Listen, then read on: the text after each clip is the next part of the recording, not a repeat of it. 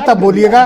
वीरेंद्र जी भी आ गए डिबेट में। वीरेंद्र जी, ये मुद्दा तो मैं देख रहा हूं कि ये बड़ा मतलब आमने सामने की लड़ाई में तब्दील हो गया, क्योंकि जैसी भाषा अभी ये लोग बोल रहे हैं और जिस तरह का एग्रेशन दिखा रहे हैं, मुझे लगता नहीं कि समाधान का कोई रास्ता निकलेगा। हालांकि मैंने कोशिश की कि इनके बीच सहमति बने।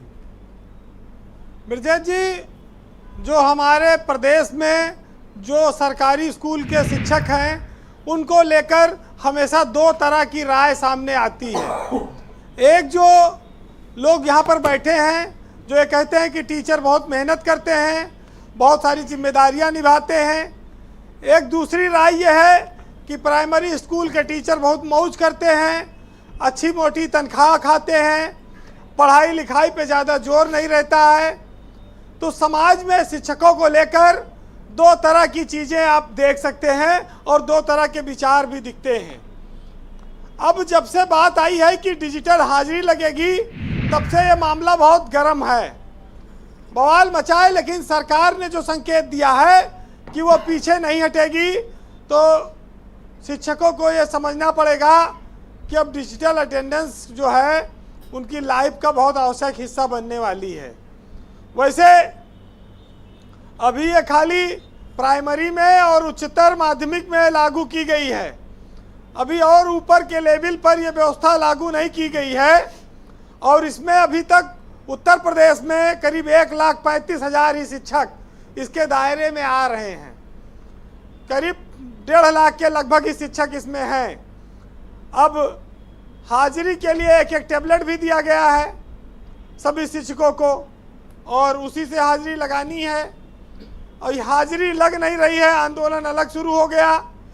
शिक्षक कहते हैं कि ना हमको टैबलेट चलाने की अनुमति, ट्रेनिंग दी गई, और ना गांव में कई जगह नेटवर्क आता है कि हम टैबलेट से हाजिरी लगावें। और टैबलेट अगर ख़राब हो गया तो बनवाएगा कौन उसको, और तब हाजिरी कैसे लगेगी? इसकी कोई वैकल्पिक व्यवस्था नहीं बताई गई जी। तो ये जो बातें हैं वो शिक्षकों को लेकर हमेशा चलता है। टीवी पे दिखता है कि कहीं स्कूल में स्वेटर बुना जा रहा है, कहीं स्कूल में मास्टर साहब कुर्सी पे पैर रख के सोवत पाए गए, कहीं पर पता लगा कि हाथ पैर दबवाया जा रहा है, किसी स्कूल में बच्चों से झाड़ू साफ सफाई कराई जा रही है। तो ये सब शिक्षकों की भी तमाम सारी चीज़ें दिखाई पड़ती हैं समाज में, इसीलिए उनकी एक दूसरी छवि बनती है। लेकिन ये भी सच्चाई है कि एक शिक्षक प्रधान से लेकर प्रधानमंत्री तक के चुनाव कराता है। उसके अलावा जनगणना भी करावे, सर्वे भी करावे, मिड डे मील भी खिलवाए, और टीका भी लगवाए, और टीका भी लगवाए, तमाम सारे चीज़ें, टीकाकरण से लेकर हर जगह उसकी ड्यूटी लगती है। तो ये भी उसके सामने चुनौतियां रहती हैं। हमारे उत्तर प्रदेश में अगर देखिए तो करीब 1.5 लाख से ज़्यादा पद शिक्षकों के खाली हैं। और अभी मास्टरों की बात हो रही थी कि एक बच्चे पे कितना मास्टर हैं प्राइमरी में और एक माध्यमिक में कितने हैं। तो बहुत बड़ी चुनौती तो है, गैप बहुत बड़ा है। लेकिन ये भी है कि ये दोनों तरह की तस्वीरें भी हैं, और इसी के लिए शायद सरकार ने सोचा कि कुछ चीज़ें लाई जाएं।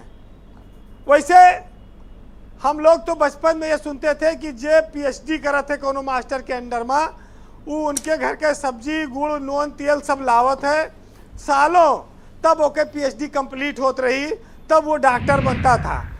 और ये उच्च शिक्षा की बात है। यहाँ तो प्राइमरी तो मास्टर साहब भी, प्रोफेसर देखो साहब हम भी सबके बीच एक ही आप डॉक्टर की हो ना, एक अब ये मनीष सिंधवी हैं यहाँ पे, ये बताएंगे। ये तो घर के लोग बर्तन तक मजवाई लेते रहे, खाना बनवा लेते थे अपने चेलों से, और गुरुजी को कोई कष्ट ना हो डिग्री मिल जाती थी जी। ये सब भी होता रहा। आज आप देखिए सचिवालय में भी बायोमेट्रिक सिस्टम लागू है, लेकिन यहाँ भी दो तरह का सिस्टम है। यहाँ पर जो मंत्रिमंडल के कर्मचारी हैं उनको उंगली नहीं लगाना है, जो मुख्यमंत्री और मुख्य सचिव के कार्यालय में तैनात हैं और IAS अफसर हैं उनको हाजिरी नहीं लगानी है, बाकी लोगों को लगानी है। लोग को समझ ही नहीं आ रहा IAS का मतलब।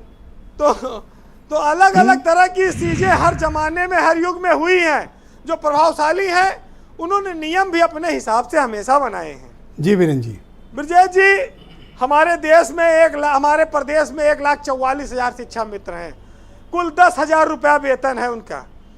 अनुदेशक हैं काफ़ी बड़ी संख्या में, 25,000 के ऊपर, उनको 9,000 मिलता है।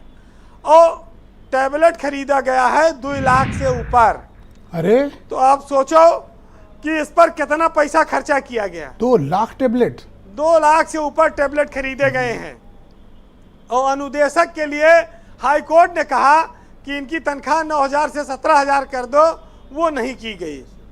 तो ये वेतन की तो बड़ी समस्या है। अच्छा, सरकारी स्कूल के टीचर को हम भाई सरकारी है बांध सकते हैं, प्राइवेट स्कूल तो शॉपिंग मॉल की तरह है कि जूता मोजा कपड़ा लत्ता सब फला दुकान से आपको खरीदना है, कॉपी किताब एक कमाल 4 में खरीदो, और उसके बाद ट्यूशन की भी व्यवस्था हो जाएगी। बस खाली अंत में शिक्षा जो है, शिक्षा के नाम पर 5-6 घंटा 8 घंटा स्कूल आपको आना जाना है। तो ये सब समस्याएं भी हमारे समाज की हैं, इस पर सरकार काम ही नहीं करती है। हाजिरी वाला बवाल पैदा किए हैं। अभी जब शिक्षक दिवस आएगा, जैसे अगर हमारे आपके घर में सांप निकल आवे तो हम लोग डंडा निकाल के मार देंगे, उसको बांट डालेंगे। लेकिन वही सांप को जब नाग पंचमी आती है तो हम दूध पिलाते हैं। ऐसे हमारे यहाँ शिक्षक हैं, इनको हर जगह पर कमाल की बातें करते हैं। बहुत ऊंची बात कह दी आपने। अब देखिए ऐसे शिक्षकों का बहुत ऊंची बात कह दी, पूरा दर्द बयां कर दिया शिक्षकों का, रगड़ा जाएगा। हाँ। और जब शिक्षक दिवस आएगा तो इलाके में ढूंढा जे भैया 4-6-10 रिटायर मास्टर ले आओ, उनका माला पहराओ बयाज, तो साल में एक दिन उनको भी दूध पिला दिया जाएगा। तो ये बड़ी विचित्रता कुछ रस्मों की अदायगी है। जी जी, कंक्लूड करें जी। इन चीज़ों को हमको आपको देखना पड़ेगा। अब मास्टर साहब 1 घंटा 17 मिनट तो कैंडी क्रश खेले संभल में, फिर वह 26 मिनट फ़ोन पर बात किए, फिर 17 मिनट फेसबुक चलाएं, अब सस्पेंड हो गए। तो स्कूल में ये भी तो हो रहा है, ये भी तो देखना पड़ेगा लोगों को।